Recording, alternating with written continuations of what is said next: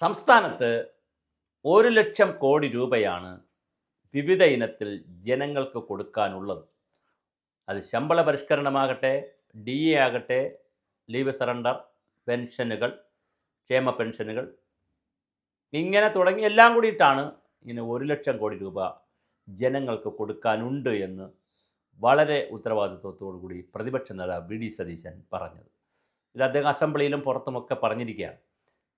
അപ്പോൾ അതിൻ്റെ ആധികാരികത നമ്മൾ നോക്കേണ്ടതുണ്ട്. ഇത്രയും തുക ജനങ്ങൾക്ക് കൊടുക്കാനുണ്ടോ? അങ്ങനെയാണെങ്കിൽ നമുക്ക് ഈ സാമൂഹ്യക്ഷേമ പ്രവർത്തനങ്ങൾ മാത്രം നടത്താനല്ലേ കഴിയുകയുള്ളൂ? സേവന മേഖലയിലും ഉൽപ്പാദന മേഖലയിലും പശ്ചാത്തല മേഖലയിലും നമുക്ക് മുതൽ മുടക്കാൻ എവിടെയാണ് പണം?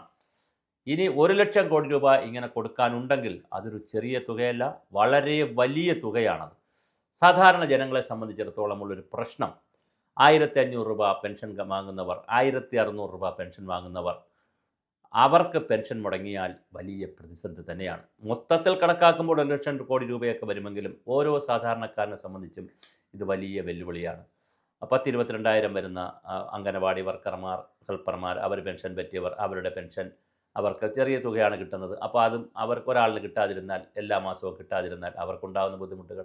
3,50,000 വരുന്ന 3,60,000 വരുന്ന കെട്ടിട നിർമ്മാണ തൊഴിലാളികൾ.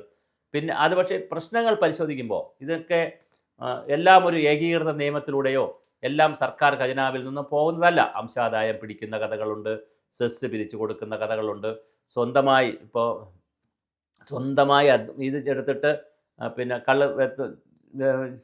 കള്ള് എത്തുന്ന വ്യവസായികളുടെ അല്ലെങ്കിൽ തൊഴിലാളികളുടെ ക്ഷേമനിധി ബോർഡുണ്ട്, തയ്യൽ തൊഴിൽ, ഇങ്ങനെ 100,000 ക്ഷേമനിധി ബോർഡുകളുണ്ട്. അതിലൊരു 31 എണ്ണത്തിൽ 15 എണ്ണം തന്നെ നഷ്ടത്തിലാണ് പോകുന്നത്. ബാക്കി 16 എണ്ണമാണ് ലാഭം മീൻസ് പ്രശ്നമില്ലാതെ പോകുന്നത്. അപ്പോൾ അങ്ങനെയുള്ള കാര്യങ്ങളുണ്ട്. പെൻഷൻ കുടിശ്ശികയുണ്ട്, നെൽകൃഷി, നെല്ല് സംഭരിച്ചതിൻ്റെ കുടിശ്ശികയുണ്ട്. ഇങ്ങനെ വലിയ തോതിലാണ് കാലാകാലങ്ങളിലായി സാമൂഹ്യക്ഷേമ പ്രവർത്തനങ്ങൾ ഗവൺമെൻറ്റുകൾ തുടങ്ങി വച്ചത്.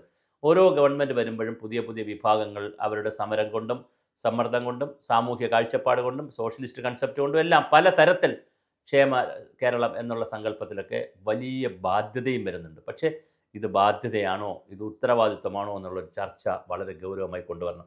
ഞാൻ ഈ 1,00,000 കോടി രൂപ ഉണ്ട് എന്നുള്ളതോ അല്ലെങ്കിൽ അതിന് സർക്കാരിനെ ബ്ലെയിം ചെയ്യാനല്ല നമ്മൾ ഈ വീഡിയോ ചെയ്യുന്നത്. നമ്മൾ ചെയ്യുന്നതിൻ്റെ ഉദ്ദേശം, ഇങ്ങനെയൊക്കെ ഉണ്ടെങ്കിൽ 1,00,000 കോടി രൂപ ബാധ്യതയുണ്ടെങ്കിൽ എങ്ങനെയാണ് സർക്കാർ സംവിധാനങ്ങൾ ഇനിയും മെച്ചപ്പെട്ട് മുന്നോട്ട് പോകുക?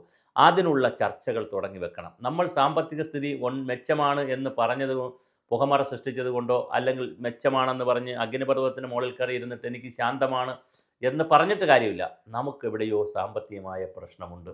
അതിൻ്റെ ഏറ്റവും ദുരിതം പേറുന്നത് ഇത്തരത്തിലുള്ള വളരെ വളറബിളായിട്ടുള്ള വളരെ മോശമായിട്ടുള്ള ഒരു സമൂഹമാണ്. പാവപ്പെട്ട മോശം എന്ന് പറഞ്ഞാൽ സാധാരണ സമൂഹം എന്നുള്ള അർത്ഥത്തിൽ പറഞ്ഞാൽ ആ സമൂഹമാണ്. എന്തായാലും 1,00,000 കോടി രൂപ ഉണ്ടോ എന്നുള്ളത് വളരെ ഗൗരവതരമായൊരു വിഷയമാണ്.